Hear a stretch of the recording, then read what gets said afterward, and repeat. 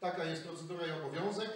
Liczyliśmy, powiem szczerze, na to, że ta cała procedura, która trwa i uzupełnienia dotyczące przygotowania raportu wykonania, no inaczej, chcę powiedzieć, że raport ten odnośnie oddziaływania na ochronę środowiska został wykonany przez inwestora, nie przez gminę, więc tutaj my nie jesteśmy żadnym jak gdyby stroną, która przygotowała ten projekt, do którego Państwo również macie uwagi i my też te uwagi widzimy i tu Państwo je wskazujecie bardzo istotnie i to jest bardzo ważny element w tej całej procedurze odwoławczej, kiedy przychodzi ten moment. Ten moment praktycznie nastąpił kilka dni temu, gdy dopiero dokumenty mogliśmy upublicznić, gdy zostały one wszystkie do gminy dostarczone w ten sposób, który mówi ustawowo prawo, aby to wykonać.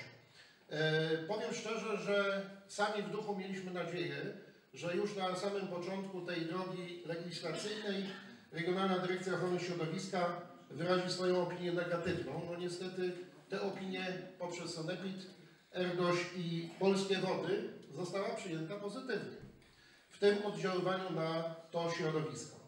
Natomiast Państwo rzeczywiście wykazujecie kilka uwag bardzo istotnych. Ja chciałbym odnieść się do dwóch może konkretnych. Na pewno co do Strugi ma to mniejsze znaczenie, patrząc na punkt prawny, bo to są kwestie odległości, więc tutaj trzeba bardzo z tym być baczny i czujny, bo inwestor może przesunąć inwestycję o 20 metrów i jest poza setną ilością metrów do środowiska. Oczywiście w tym momencie przybliża się do Państwa zabudowań, co znowu zmienia również jak gdyby oddziaływanie na środowisko.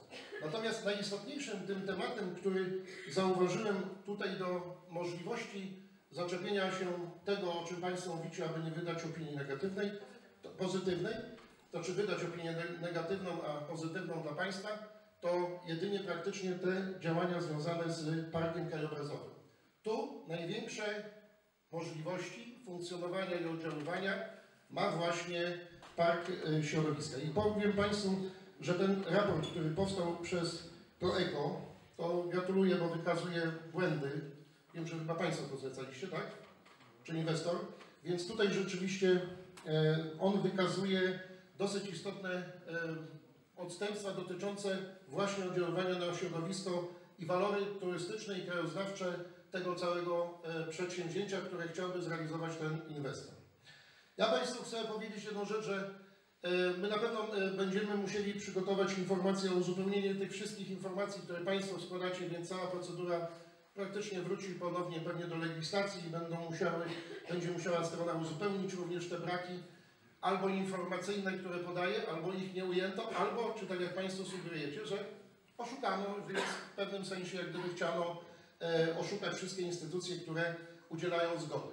Na tym etapie gmina nic oprócz prowadzenia tej, jak gdyby tylko i wyłącznie rozpoczęcia procedury, nie prowadzi żadnej działalności, znaczy żadnych informacji, to tylko i wyłącznie zbiera wiadomości. Oczywiście to są główne trzy organy, które muszą wydać opinię pozytywną. To Państwowy Inspektor Sanitarny, Regionalny Dyrektor Ochrony Środowiska w Gdańsku i Polskie Wody, które oddziałają od 1 stycznia 2018 roku. Może, ja nie wiem jaka będzie opinia kolejna tych decyzji, uzupełnienia tych wszystkich wiadomości od budowania jak gdyby od początku tej całej procedury.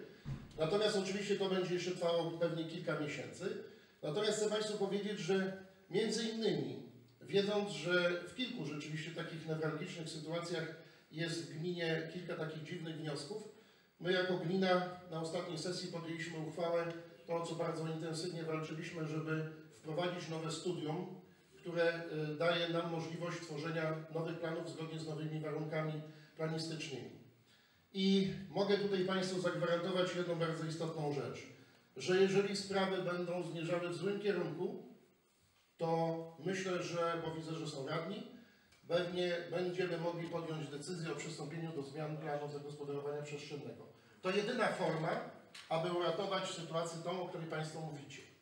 Czyli to jest to, co możemy zrobić jako gmina, bo procedury pewnych nie jesteśmy w stanie, my możemy odwołać się, osoba się jako inwestor odwoła się do kolegium odwoławczego, może uzyskać pozytywną zgodę, my znowu możemy wydać, to możemy się tutaj przepychać.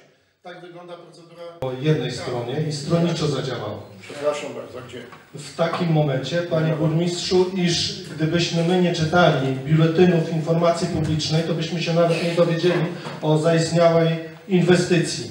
Nawet nie, ale ja dokończę, tak? Nawet nie dowiedzielibyśmy się o zaistniałej sytuacji. Poza tym, zgodnie z przyjętym jednak systemem prawnym, po uzyskaniu od państwa raportu, powinien on zostać poddany również opinii odnośnie społeczeństwa publicznej i moglibyśmy się do niego odnieść. Już nie mówię o określaniu, która z rodzin jest stroną w danym postępowaniu, czy nie. To jest niestety stronnicze, panie burmistrzu. Ja nie wiem, o czym mówi pan.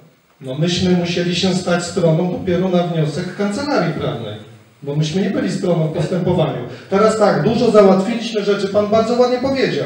Tylko te sprawy, które myśmy załatwili, to myśmy to zrobili właściwie zamiast gminy. Bo jeśli jest Wydział Ochrony Środowiska i chyba czyta, panie burmistrzu, czyta chyba urzędnik raport w Wydziale Ochrony Środowiska.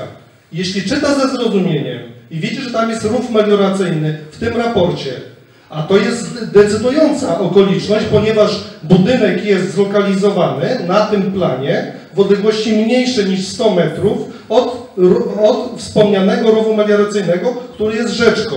I tylko tak został nazwany.